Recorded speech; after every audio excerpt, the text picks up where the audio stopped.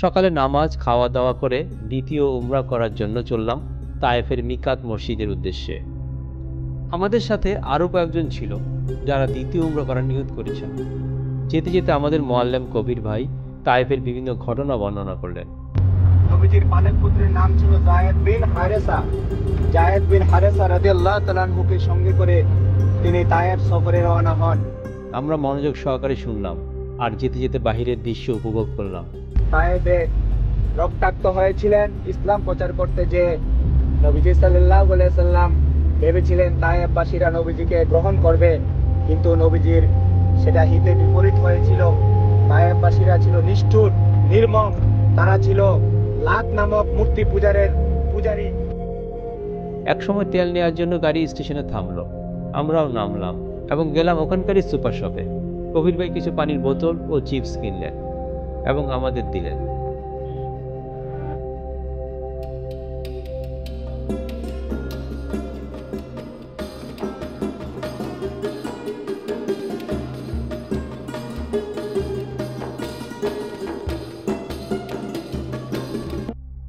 চললাম তায়েফের উদ্দেশ্যে। কি অপরূপ দৃশ্য! তায়েফ সৌদি আরবের পশ্চিমাঞ্চলে অবস্থিত একটি ঐতিহাসিক শহর, যা মক্কা থেকে প্রায় 70 কিলোমিটার দূরে অবস্থিত। ওই দিন আমরা তায়েফ নগরীর কিছু ঐতিহাসিক স্থান ভ্রমণ করলাম।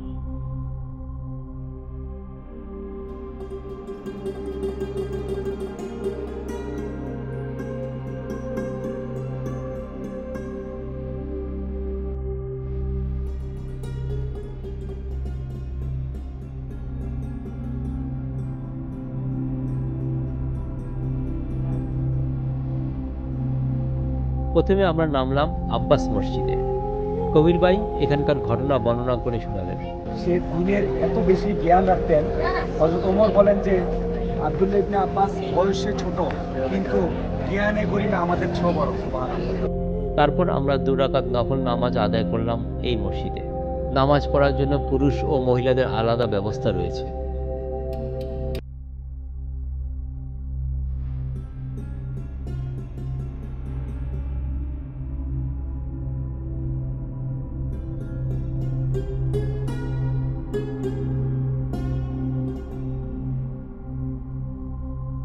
তারপর গেলাম আঙ্গুর বাগানে।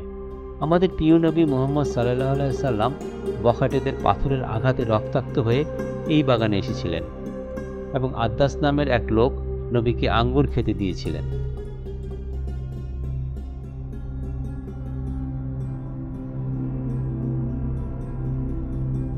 গেলাম আদ্দাস মসজিদে, যিনি তায়েফের লোকদের মধ্যে প্রথম ইসলাম গ্রহণ করেন।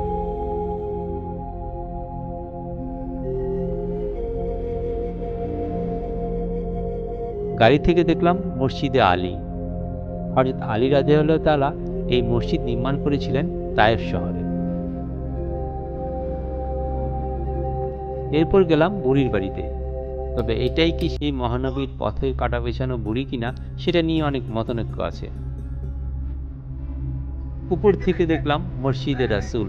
সম্মানিত ভিউয়ার্স, এই যে আমাদের সামনে যে মসজিদটি দেখতে পাচ্ছেন, এটা হচ্ছে ঐতিহাসিক মসজিদে রাসূল। এই ছোটটা জুম করে দেখাচ্ছে ভাই, এটাই মসজিদে রাসূল। নবী সাল্লাল্লাহু আলাইহি ওয়াসাল্লাম তায়েফে অবস্থানকালে এখানেই মূলত তিনি নামাজ আদায় করতেন তায়েফে থাকাকালীন। এই পাথরটা নবীজি এখানে আসলে ঢালান দিয়ে নামাজের আগে এখানে বসতেন। এই পাথরটাতে, এই যে পাথরটা নিচে দেখছেন ভাইয়া, ওই জাল দিয়ে ঘেরা দেওয়া, যেটা এই যে জাল দিয়ে ঘেরা দেওয়া একটা পাথর। উপরে যে দুটি পাথর দেখতে পাচ্ছেন, এটা হচ্ছে সেই পাথর। নবীজি নামাজ আদায়কালীন এখানে দুষ্ট কাফেররা পাহাড় থেকে বিশাল আকৃতির দুটি পাথর নবীজিকে ধাক্কা দিয়ে নবীজিকে হত্যা করার শর্ত করে তারা এখানে ফেলছিলেন। আল্লাহ বলছেন, পাথর তুমি থেমে যাও। আল্লাহ ওখানে সেই পাথরকে থেমিয়ে দিয়েছিলেন।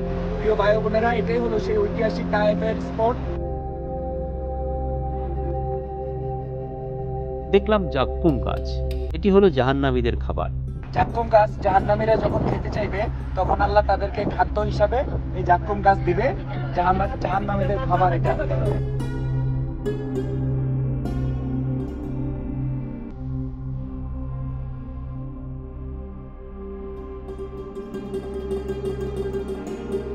যেতে যেতে দেখলাম সেই জায়গা যেখানে তায়েফের বখাটেরা নবীকে রক্তাক্ত করেছিল।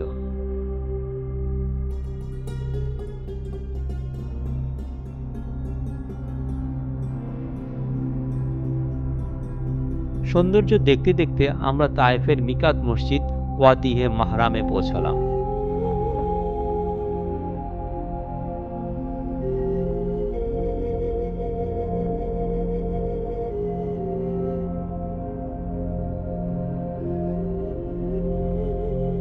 এই মসজিদে ইহরাম বেঁধে নামাজ পড়লাম।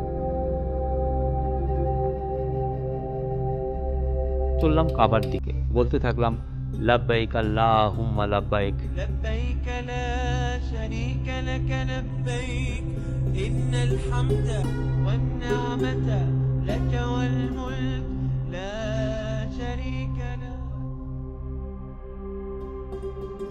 চলে আসলাম। জোহরের নামাজ পড়লাম মিসফালা রোডে। তারপর দুপুরের খাবার খেয়ে বাচ্চাদের রুমে রেখে আমরা চললাম দ্বিতীয় উমরা করতে। কাবার সামনে এলাম। ততক্ষণে আসরের ওয়াক্ত হলো। আমরা নামাজ পড়লাম।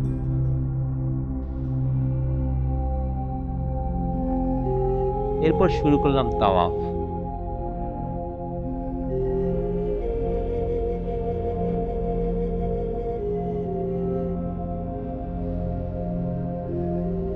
তাওয়াফ শেষে নামাজ পড়ে পানি খেয়ে চললাম সাই করতে।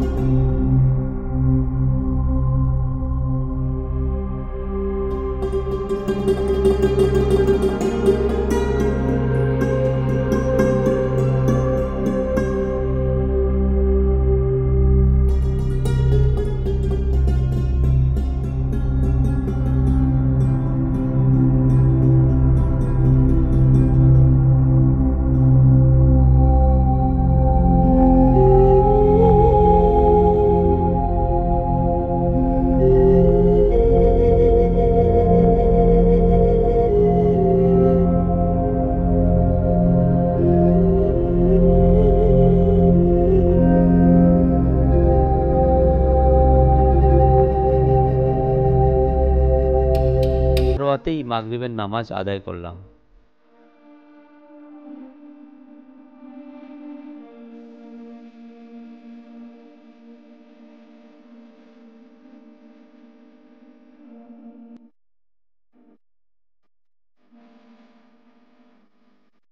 এরপর চুল কাটালাম। আলহামদুলিল্লাহ, সফলভাবে আমরা দ্বিতীয় উমরা সম্পন্ন করলাম। এশার নামাজ হোটেলের সামনেই পড়লাম। তারপর শুয়ে পড়লাম পরের দিনের ইবাদতের উদ্দেশ্যে।